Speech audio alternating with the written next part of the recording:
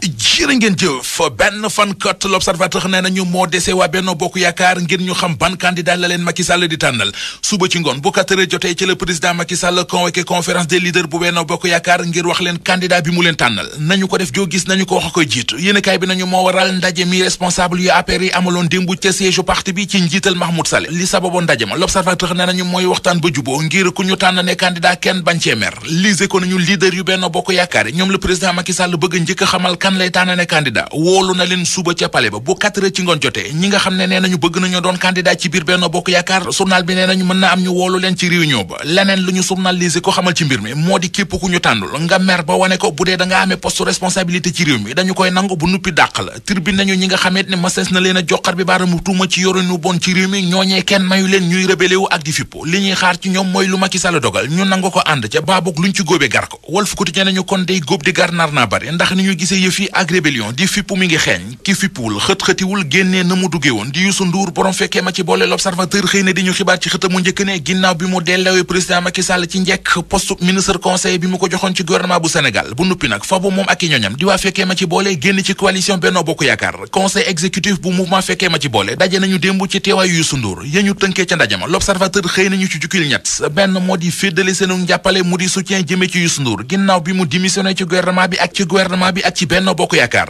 ñaareel ba di rafetlu ngor ak gore gi nga xam ne moom la Youssou Ndour ak mouvement bi di fekkee ma ci boole ànd ak Macky Sall ci diiru fukkeet ak benn ñetteel ba di encouragé Youssou Ndour ngir mu gën a yokki jéegoom ci li mu dëkkee mu di lu saxal jàmm ci réew mi lu boole xol yi ak lu yokku réew mi njiitam di Macky Sall njiital port autonome de Dakar di Mountaga Sy xëy na di jàngat ci direct news bilan ci fukkeet ak ñaar yi mu def ci bopp réewum Sénégal ci juróom benn ponk yéenekaay bi nee nañu ci la Mountaga Sy tënk bilan bu président Macky Sall ci at yi mu yor réew mi nee na Macky Sall ci crédit personnel am ak ci rigueuram ci la sukkandiku ba tabax Sénégal gu mucc ayib Sénégal des résultats fexe na ba suñum réew di Sénégal doon 5e meilleur élève ci wàllu bonne gouvernance ci diiru fukkeet ak ñaar mu ne ci diggante 2014 ak 2021 président Macky Sall fexe na ba doing business boole suñum réew di Sénégal ci fukki réformateur yi gën ci àdduna bi journal L'As xëy di ñu xamal ci xëtamu njëkk ne mission bi fi waa FMI di Fonds monétaire international yebaloon ci réew mi ginnaaw bi ñu xoolee gëstu càmbar biir ak biti li ñu gis moo di suñum réew di Sénégal def na ay jéego yu mag réew mi ko tëjee ne ko waaye terewul tension politique yi ñu dund ci réew mi ci weer yee ñu génn affecté nañu bu baax a baax koom-koomu réew mi le témoigné nañu xañ nañu benn poñ ci wàllu croissance économique le quotidien di ko dëggal ci xëtamu njëkk ba bind ne manifestation yi ñu dund ci réew mi ci weeru juin gi weesu tax na taux de croissance économique bu 5% gi waa FMI gisaloon Sénégal dafa wàññeeku léegi 3% la ñu gis bu baree ba bari 4,1% Walf Quotidien ne ko waaye terewul waa Fonds monétaire international am nañu yaakaar ci taux de croissance économique bu Sénégal ndax nee nañu lii ñu gis bu dakkul 2024 mën nañoo yegg ba ci taux de croissance bu toll ci 8,8%. Cheikh Abdoul Ahad Mbacké Gaïndé Fatma xëy na sëkk waxtaan wu yaatu ak waa l'Observateur moo jiite commission bi ñu dénk communication bu màggaluk Touba gi ginnaaw màggaluk Touba gi ñoo ngi dëtmal beneenub xew-xew diine ci réew mi mu di gàmmu gi li quotidien nañu moom it ci jamonoy nawet ca lay am waaye kilifa yu ONAS yi di office national assainissement ñoo ngi dalal xelu kilifa yi ca Tiwaawoon ci ne danañu def seen kemtalay kàttan ba inondation du am ca dëkk ba dëkk boobee di Tiwaawoon sang bu tedd ba fa nekk di Serigne Babacar Sy Mansour xalifa général des Tidianes journal bi nee nañu dalal na démb Mamadou Mamour Diallo mi jiite ONAS ngir ñu waxtaan ci wàllu assainissement bi fa la ñu xamee matuwaay yi ñu jël ngir gàmmu gi bokk na ci lu mat juróom fukki camion vidange yu ñuy mobiliser ci dëkk ba bokk na ci juróom-ñett fukki toilettes yu ñu war a installer ci dëkk ba bokk na it ci système de pompage bu bassin bu PAM gi ñu renforcer gise bi ñu gis démb ci diggante ministre de la justice Ismaïla Madior Fall ak ay rappeurs yu mag yu nekk ci réew mi journal Source A xëy na dañuy wax li waral audience ba ak na mu demee woon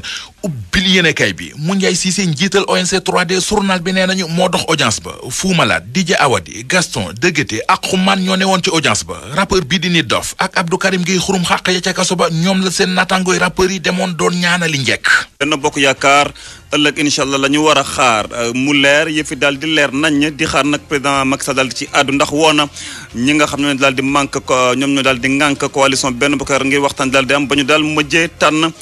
képp daal koo xam ne ñëpp am na ci yaakaar mën nga daal di doon candidat Benno Bokk Yaakaar mu nga ci wetu njiitu réew mi 2012 ba tey Youssou Ndour jóge na Benno Bokk Yaakaar daal di tekk ndombal tànkam ci postam di ministre conseiller dogal boobu nag rafetlu na ko ñii di mouvement di fekkee ma ci boole leeral ci biir xibaar yi responsable F24 nag war a waxtaan ci kanam ak watkatu xibaar yi ca siège yu gëm sa bopp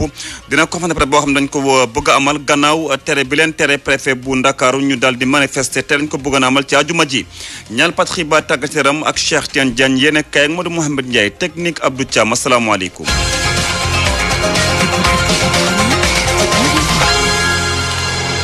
dal leen jàmm ci rajo mi ngeen taamu RFM. croissance di doole bi nga xam ne koom-koomu Sénégal war na ko am dafa dal di wàcc nërmeelu ba la def ndax bu nekkoon juróomi tegal ñett at wi mu ngi ci ñeent yu tegal benn di nag situation boo xam ne bu ñu sukkandikoo ci ñii di waa FMI li ko waral mooy manifeste yu métti yi fa amoon ci weeru juin bi weesu ay secteurs yu ci mel ne njënd ak njaay ak yenn service nag nañu daal di yàqatee nag waral ba yëfi daal di wàcc ba mu toll ni mu toll te jëlee di nag xibaar boo xam ne FMI ñoom ñoo ko daal di génne ci wàllu croissance économique fii ci Sénégal benn bokk yaakaar ne ci xiiroo ki ngaayoo ñu ngeen a xaar dogal ëllëg incha allah ci samedi bi président Macky Sall jox na rendez-vous ñu jiite coalition benn bokk yaakaar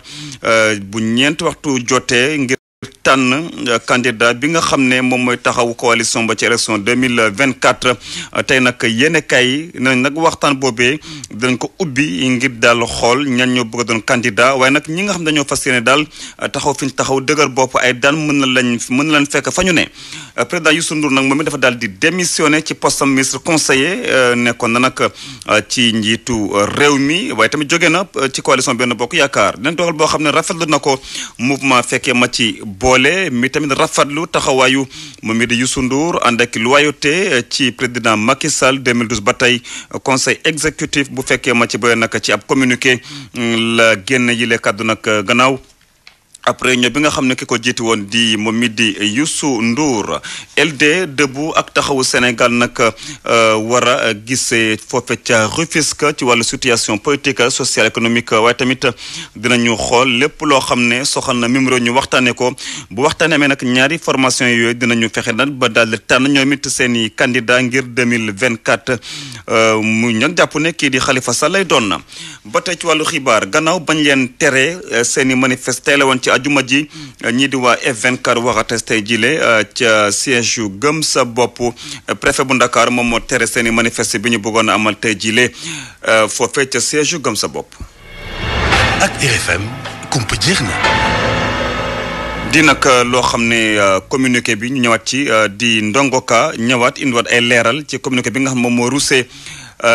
ci waxtaan yi nga xam ne fekkoon ma ci boole amoon na ko ba président Youssou Ndour tekki ndombal tànkam li xale ak ndongo ka conseil exécutif bu fekkee ma ci boole ni ànd nañu ci li Youssou Ndour daal dee def moo di jël dogalu nag daal dee tekki ndombal tànkam ci poste ministre conseil bi ni ko tabboon ci wetu kii di président de la république boole kook tamit daal dee génn ci coalition présidentielle bii di Benno Bokk Yaakaar waa conseil exécutif bu fekkee ma ci boole ni doxalin bii nag yàqul dara ci diggante kii di Youssou Ndour ak Macky Sall ndax jàpp nañ ne kat diggante Youssou Ndour ak Macky Sall àndu nawle la depuis 2012 ba suñu jonne yàlla tey te bu dee nawle daa foor loolee waral ba kii di Youssou Ndour daal dee wane engagement ak loyauté jëm nag ci kii di président de la république ba nu ko tabbee ci bopp réew mi ak tey te doxalin bu ni mel waa conseil exécutif bu fekkee ma ci boole ni seen membre yëpp nag foofee it la ñu daal dee teg seen tànk loolee waral ci seen ndaje bi nu amal ci alxamis ji conseil exécutif bu fekkee ma ci boole di sàkku ci seen leader bii di Youssou Ndour ngir mu gën a nag dëgëral taxawaayam ci lépp loo xamante ni luy suuxat jàmm la nag ci biir réew mi boole kook tamit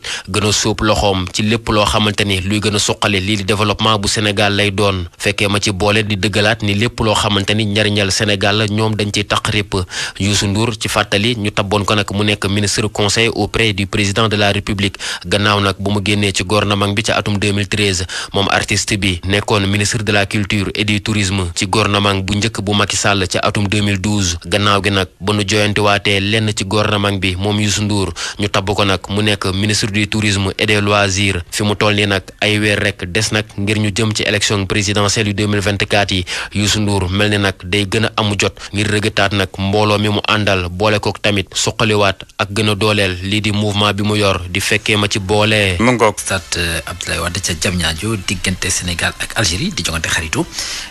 ci yoon googu nag Sénégal mu ngi koy waajal bu baax a baax démb nag gaynde yi daan nañu amal ab séance d'entraînement foofu ci annexe stade maître Abdoulaye Wade ca Diamniadio ci teewaayu Soda Thiam. mu ne woon séance d'entraînement boo xamante ni wute nag bi ñu daan tàmm di gis ne bi moo nekkoon bu mujj bu ñuy ubbil public bi loolu moom moo tax mu amoon ambiance bu neex ci gradin terrain annexe bu stade maître Abdoulaye Wade.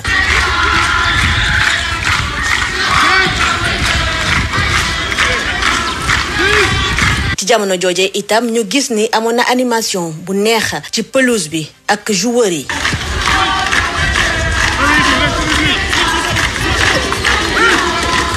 ci njeextal lu séance d'entraînement bi nag staru équipe bi moom moo daal di addu ci micro journaliste yi Sadio Mané di ñu xamal ne mi ngi xaar match bu neex diggante Sénégal ak Algérie waaye comme ni ko nit ñi di waxee naan Algérie mooy bête noire bu Sénégal Sadio Mané xamal ñu ne moom gisew ko noonu. joué nañu ak ñoom Coupe d'Afrique 2019 gagné nañu ñaari yoon c'était normal parce que ils étaient meilleurs que nous mais loolu je pense que après loolu gis nañu équipe du Sénégal évolué na je pense que voilà. Après le 12 ça va être un autre match je pense que armé nañu comme ni ñu ko waree donc du doon comme avant loolu moom incha allah bu neexee yàlla. Pas forcément revanche je pense que pour nous tous les matchs c'est plus qu'une revanche nous tous les matchs yëpp la ñu bëgg a gagner quoi surtout dañuy jouer à domicile xam nañu du yomb mais mën nañ leen gagner. moom numéro 10 bu gaynde Sénégal yi nag di rafetlu teewaayu équipe bu A-Prime ba nga xamante ni moo nekk ca Rwanda. maa ngi leen di féliciter di leen wax na ni ñu ngi seen ginnaaw et je pense que am nañu qualité ba nga xamante ni mën nañu gagner ku ne donc je pense que dañ leen di encourager di leen supporter et puis nekk seen ginnaaw di leen dooleel et après ça va aller. bañ ko laajee ci clubam bu yees bi di Al Nassr Sadio Mané lam ñu xamal moo di championnat bi gis na ci boppam te it lu jëm ci complicité am ak Cristiano Ronaldo firndeel na ko. que championnat bu baax la championnat ba nga xamante ni neex na déjà man personnellement je pense que après boo nekkee si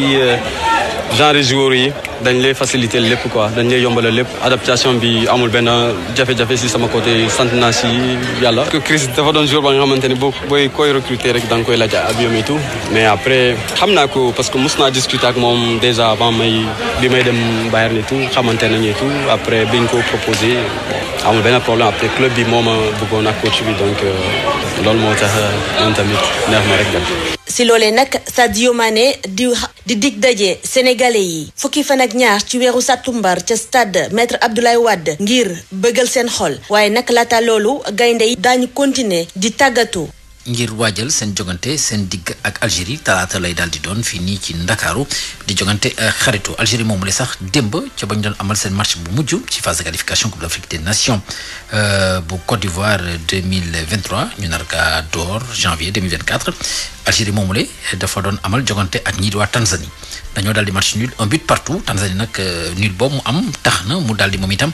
qualifié ci li nga xam ne moo di Coupe d'Afrique fekki na Angola ak ñii di waa Ghana fi mu toll nii nag juróom-ñaari place cote daal di des ngir daal di compléter liste réew yi nga xamante ni ñoo qualifié ci kooku la Coupe d'Afrique ca Côte d'Ivoire ni ki tey jii di ajuma gi dana am yeneen ci ay jogante yu mel ni diggante Égypte ak Éthiopie 16h lañ koy daal di amal Burkina Faso moom dana tase ak ñii di waa Eswatini 18h Mali 19h dana tase ak ñii di waa Soudan du Sud foofu la ca Bamako di dëkku Abdou Thiam leneen li nga xamante ne moom. dëkk Abdou Thiam. waaw dëkk Abdou Thiam la tontu de xam nga tax. ayca ñu daal di waxtaanee wàllu basketball ak championnat d'Afrique bu ñu jagleel ak championnat national bu ñu jagleel góor ñi nit ki démb lañ doon amal lii di final aller bi nag diggante AS Douane mi nga xamante ne moo di équipe championne en titre la woon ak ñii di waa Jeanne d'Arc bu Dakar. ñii di waa Douane nag ñoom ñoo cee daal di am ndam 60-51 ba match bi jeexee kii di Mamadou Gueye Pape bi di tàggat équipe bii di AS Douane am na ay kàddu yu mu jot yëkkati ñu déglu ko ci micro Soda Thiam. defe naa ne match bu métti lañu joué match bu am solo si ñaari côté terrain yëpp sauf premier mi-temps bi nga xam ne vraiment du premier mi-temps boo xam ne sénégalais yi am nañu envie seetaan ko 26 points ak 27 points amul woon spectacle amul woon dara waaye mën nañ ko expliquer parce que dañu toog pratiquement 5 jours entraîné wuñu démb rek dañu entraîné daal di revenir ak suñu ay problème de terrain tamit Douane amul terrain autorités yi war a jóg tamit lijjantil ñu loolu parce que ñun suñu wàll ñu ngi jéem a def li ñu mën waaye dafay xaw a métti trop tamit nga mën di défendre sa ay titres bëgg nekk vice champion d'Afrique ba pare amuloo terrain waaye su ma ñëwaatee si match bi yaakaar naa ne xale yi joué nañ benn match bu dëgër si deuxième mi-temps bi conservé nañ bal bi fi ñu ko war a conservé def nañ ay boxade yu bëri yu baax daal di jël rebond yi li ñu ko war a jëlee ba pare éviter tamit perte de balle yi après ak entrée wu Madiara Bamba ñu daal di am ay tirs ouverts yi nga xam ne dugal nañ ko def naa ne loolu moom moo yóbbu match bi fii mu toll tey jii waaye dese nañu encore ñu progresser bu baax a baax feex dimanche. mi ngi noonu ñu daal di ko jeexale ak wàllu boxe Ndakaaru nag li ko dalee ëllëg ba fukki fan ak juróom ci weeru septembre bi ñu daal di ne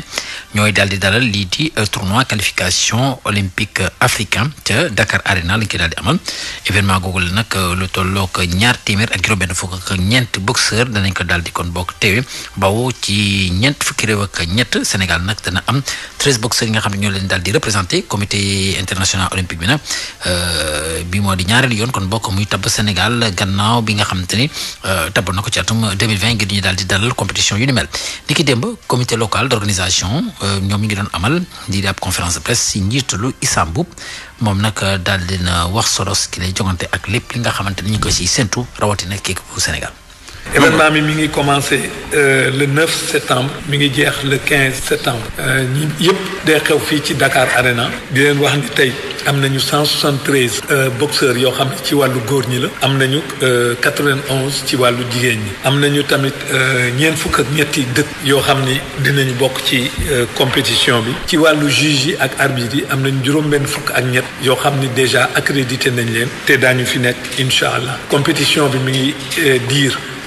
ci juróom-ñaari fan wax naa leen kañ lay commencé wax naa leen kañ lay jeex compétition boobu ak li muy bëri yëpp 264 yooyu di boxeurs yëpp bu ñu paree 18 ñu liñ ciy jël passewul 18 11 ci jigéen ñi ak 7 ci góor ñi loolu mooy wane rek ni ci 264 combattants amoo loo ci jël lu dul 18 vraiment compétition bu âpre lay doon te xam naa ni Sénégal moom li ko ci solool mooy mu relever défi organisation bi ak participation bi wàllu officiel yi am nañu 150 wàllu nag journalistes yi am nañu juróom fukk yoo xam ne accrédité nañ leen. voilà mi ngi noonu kon bokk Seydou Nourou fii lañ koy daal di yamale xibaaru tàggat yaram yi ñàkkul